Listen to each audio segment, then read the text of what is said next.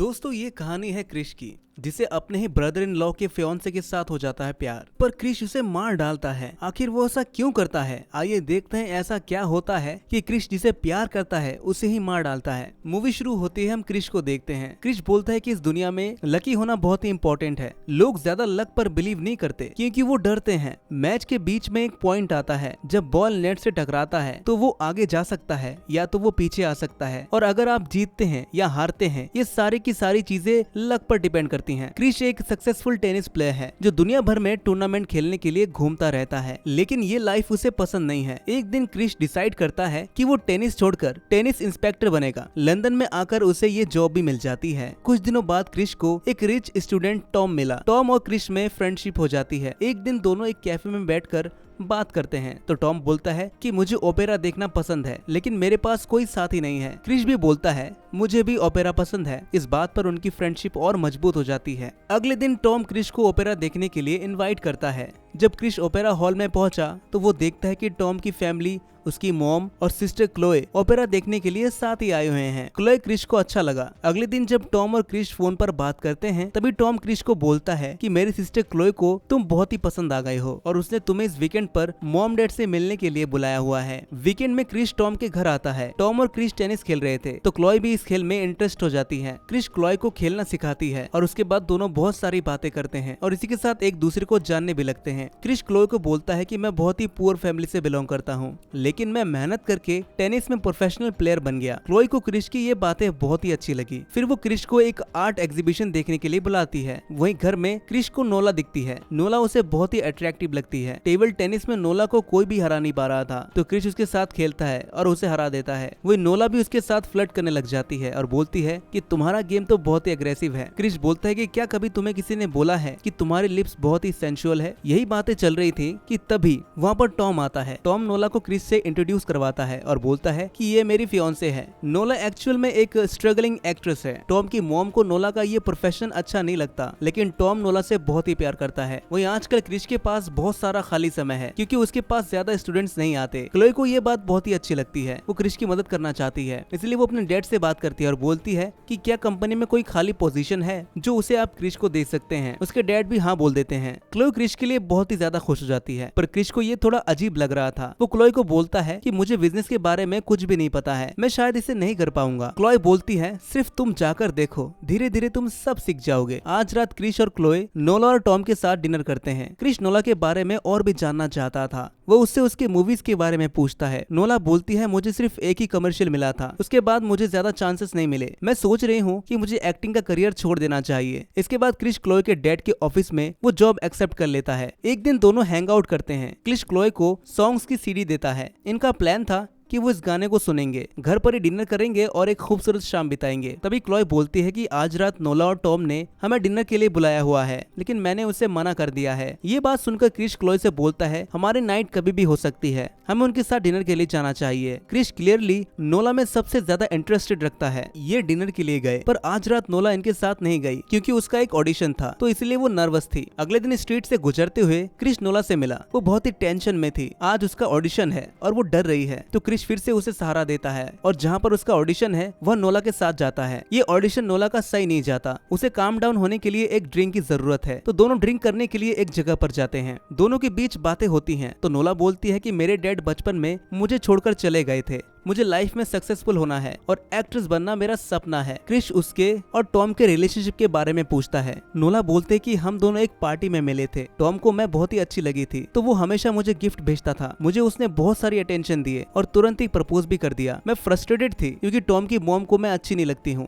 जिस वजह से नोला को बहुत ही बुरा लगता है। क्रिश बोलता है कि शायद मैं भी तुम्हें अच्छा नहीं लगता। नोला बोलते कि ऐसा नहीं है, वो तो तुम्हारी और क्लोए की शादी हो इसके लिए वो तैयार हो रहे हैं। एक्चुअल में क्लोए का एक बहुत ही घटिया बॉयफ्रेंड है और मेरे कंपैरिजन में तुम बहुत ही अच्छे हो, बस अब इसके बाद कुछ गड़बड़ मत करना। क्रिश पूछता है कि कैसे। नोला बोलती है मेरे साथ अफेयर करके। इसके बाद वीकेंड के लिए ये सारे टॉम की फैमिली के साथ जाते हैं। यहीं पर टॉम की मॉम और नोला के बीच में झगड़ा हो जाता है। नोला एक्ट्रेस है, ये बात टॉम की मॉम को बिल्कुल भी पसंद नहीं है। इस झगड़े के बाद नोला बहुत ही ज्यादा डिस्टर्ब हो जाती है और बाहर बारिश हो रही थी तो वो घर से बाहर निकल जाती है। क्रिश नोला को बारिश में भीगते हुए जाते देखकर उसके पीछे आता है। उसके पास आकर नोला बोलता है ये अच्छा नहीं है, हम कुछ भी गलत कर सकते हैं। दोनों फिर एक दूसरे को किस करते हैं और यहीं पर इंटीमेट हो जाते हैं। इस दिन के बाद से नोला क्रिश को इग्नोर कर रही थी। एक दिन क्रिश नोला से बात करता है। नोला बोलती है कि हम दोनों किसी और के साथ इन्वॉल्व हैं। जो कुछ भी हुआ था वो सिर्फ एक गलती थी। जिसके कुछ दिनों बाद क्रिश सीधे क्लोई के साथ शादी कर लेता है। अगले दिन दोनों एक खूबसूरत सा घर देखने के लिए जाते हैं। क्रिश घर देखकर बोलता है शायद हम इसे अफोर्ड नहीं कर सकते हैं। क्लोई बोलती है मेरे डैड हमारी इसमें हेल्प कर सकते हैं। अब थोड़े दिन गुजरने के बाद क्रिश और टॉम जब टेनिस खेलते हैं तो टॉम क्रिश को बताता है कि मैंने नोला को छोड़ दिया है मेरी मॉम की वजह से। मेरी मॉम चाहती है कि मेरी शादी मेरी कजन से हो। जिसके बाद क्रिश फिर नोला को कांटेक्ट करने की कोशिश करता है पर वो उसे कहीं भी नहीं मिलती। वहीं आजकल क्रिश और क्लोई प्रेग्नेंट होने की कोशिश कर रहे थे क्योंकि क्लोई को जल्दी से जल्दी प्रेग्नेंट होकर अपनी फैमिली स्टार्ट करनी है। क्रिश को ये सही नहीं लगता पर क्लोई के लिए वो मान जाता है। इसके बाद टॉम और उसके कजिन की शादी हो जाती है। एक दिन क्लोई अपने दोस्त के साथ एक आर्ट गैलरी में आए थे। क्रिश को ऑफिस में याद आता है कि मुझे क्लोई से मिलना है। जब वो आर्ट गैलरी में जा रहा था तो उसे वहाँ पर नोला मिल जाती है। क्रिश नोला से पूछता है कि तुम कहाँ चली गई थी। तो नोला बोलती है कि मैं थोड़े दिनों के लिए इस टाउन से चली गई थी पर अब मैं वापस आ चुकी हूँ। क्रिश नोला से पूछता है कि तुम आजकल कहाँ रह रही हो, क्या हम मिल सकते हैं। जिस पर नोला बोलती है तुम्हारी शादी हो चुकी है, इन सब बातों का अब कोई पॉइंट नहीं है। तभी क्लोई वहाँ पर आती है। क्लोई नोला से बोलती है कि तुम कैसी हो, वो इसके बारे में पूछती है। उससे बात करना थोड़ा ऑकवर्ड था, इसी वजह से नोला वहाँ से चली जाती है। क्रिश नोला से बोलता है प्लीज मुझे तुम्हारा नंबर तो दे दो। नोला सोच रही थी पर वो अपना नंबर क्रिश को बता ही देती है। इसके बाद अगले दिन क्रिश नोला के घर पर आता है और सीधे इंटीमेट हो जाते हैं दोनों। अब ऐसे ही हमेशा क्रिश नोला के घर पर आता रहता है। नोला की एक ओल्ड वुमन नेवर है जिसे अब क्रिश भी जाने लगा था। एक दिन क्रिश, क्लोई और टॉम एक रेस्टोरेंट में डिनर कर रहे थे। तभी क्रिश का दोस्त उसे मिलता है। वो क्रिश को बोलता है कि एक स्ट्रीट पर मैंने तुम्हें चलते हुए देखा था, मैंने तुम्हें आवाज भी लगाई थी पर तुमने सुना नहीं। ये जो स्ट्रीट थी ये नोला के घर के पास ही थी। क्रिश बोलता है कि मैं नहीं था वो, तुम्हें कुछ गलतफहमी हुई होगी। पर उसका दोस्त बहुत ही जिद्दी था लेकिन क्लोई इस बात को ज्यादा सीरियसली नहीं लेती, इसीलिए क्रिश को कोई परेशानी नहीं होती।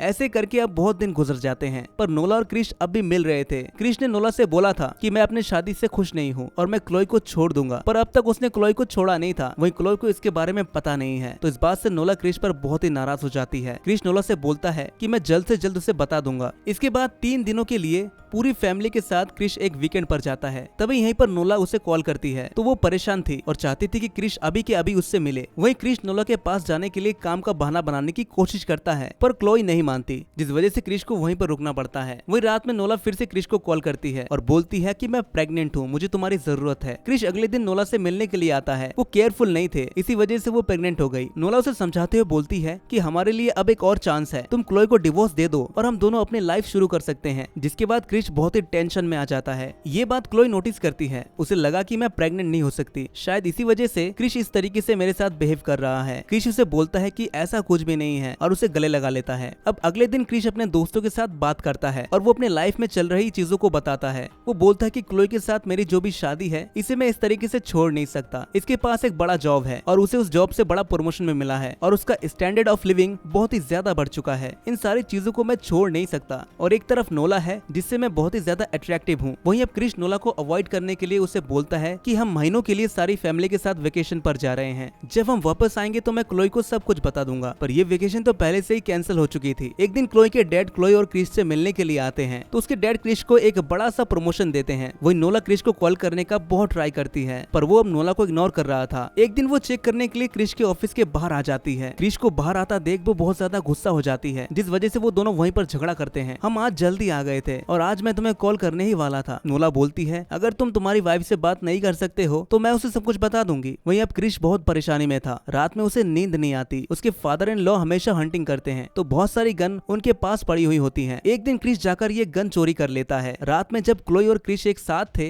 तो क्लोई क्रिश के बैग को चेक करती है तो क्रिश जल्दी से उससे वो बैग ले लेता है क्योंकि उसमें गन थी। वो बोलता है कल हम दोनों एक प्ले देखने के लिए चल रहे हैं। इस बात से क्लोई एक्साइटेड हो जाती है। अगले दिन क्रिश नोला को कॉल करके बोलता है कि कि मैंने क्लोई को सब कुछ बता दिया है, आज शाम 7 बजे तुम्हारे घर पर हम मिलते हैं। जिसके बाद क्रिश 1 घंटे पहले ही नोला के घर पर पहुंच जाता है। नोला की नेबर एक ओल्ड वुमन, उसका डोर वो नॉक करता है। ओल्ड वुमन डोर ओपन करती है तो वो बोलता है कि हमारी केबल नहीं चल रही है, मैं देखना चाहता हूँ कि आपकी चल रही है या नहीं। घर पर आने के बाद क्रिश गन निकाल लेता है और उस ओल्ड लेडी को वहीं पर मार डालता है। ऊपर घर की सारी चीजें तहस नहस कर देता है। उस ओल्ड वुमन की ज्वेलरी भी वो ले लेता है ताकि पुलिस को लगे कि कोई शायद चोरी करने आया होगा यहाँ पर, तभी उसने ओल्ड वुमन को मार डाला था। क्रिश घर में था तभी ओल्ड वुमन से मिलने के लिए एक आदमी आता है। कोई डोर नहीं खोलता तो थोड़ी देर बाद वो वहाँ से चला जाता है। 7 बजने पर नोला घर पर आई। जैसे ही वो लिफ्ट से उतरती है तभी क्रिश उसे शूट कर देता है। वो बहुत ही डरा हुआ था, पर वैसे ही वो क्लोई के साथ प्ले देखने के लिए गया। वहीं उधर क्राइम सीन पर पुलिस पहुंचती है। उन्हें लगा कि रॉबरी थी। अगले दिन क्लोई को अखबार में नोला की मौत के बारे में पता चलता है। सारी फैमिली को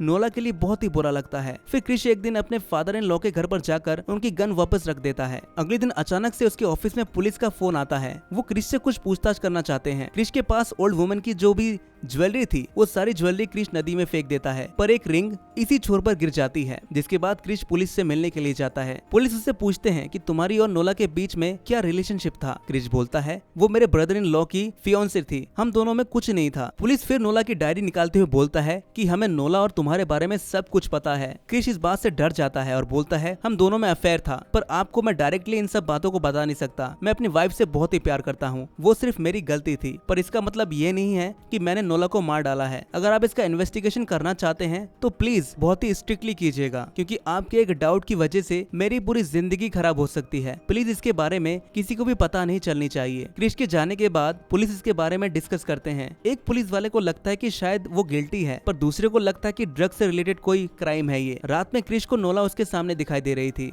नोला उससे बोलती है मेरे साथ ये सब कुछ करके तुम कैसे रह सकते हो। क्रिश बोलता है कि अगर मैं गिल्ट के साथ जीऊंगा तो मैं जी ही नहीं पाऊंगा, मुझे लाइफ में आगे बढ़ना पड़ेगा। तभी क्रिश को वो ओल्ड लेडी दिखाई देती है। वो क्रिश से बोलती है कि मेरी क्या गलती थी, तुमने मुझे क्यों मारा। क्रिश बोलता है कि मेरे गोल तक पहुंचने के लिए तुम सिर्फ एक कोलैटरल डैमेज थी। ओल्ड लेडी क्रिश से बोलती है इसमें तुम्हारा एक चाइल्ड भी था, तुमने उसे भी इसके साथ मार डाला। क्रिश को बहुत ही बुरा लगता है। उधर एक डिटेक्टिव सारे केस को फिगर आउट कर लेता है। उसे लगता है 100% क्रिश ने ये क्राइम किया है। दूसरा पुलिस वाला उससे बोलता है उस ओल्ड लेडी की रिंग एक ड्रग एडिक्ट के पास मिली है और उसे हमने अरेस्ट कर लिया है। क्रिश ने कुछ भी नहीं किया है, क्योंकि क्रिश अब ओल्ड वुमन की सारी ज्वेलरी फेंक देता है। तो उसमें से एक रिंग जो गिर जाती है, यही रिंग एक ड्रग एडिक्ट उठा लेता है और वही इस केस में फ्रेम हो चुका था। क्रिश बाल बाल बच जाता है। मूवी के पहले में क्रिश ने हमसे कहा था लाइफ में चांस बहुत ही ज्यादा इंपॉर्टेंट है, अगर ये चांस नहीं होता तो आज वो बच नहीं पाता। आज उसने जो भी किया वो बहुत ही गलत किया, पर इस गिल्ट के साथ उसे पूरी लाइफ में जीना ही पड़ेगा। दोस्तों इसी के साथ ये मूवी खत्म हो जाती है। तो दोस्तों कैसी लगी आपको एक कहानी कमेंट में जरूर बताइएगा, और ऐसी मूवी एक्सप्लेनेशन के लिए द एक्सप्लेन्ड स्क्रीन को सब्सक्राइब जरूर कर लीजिएगा।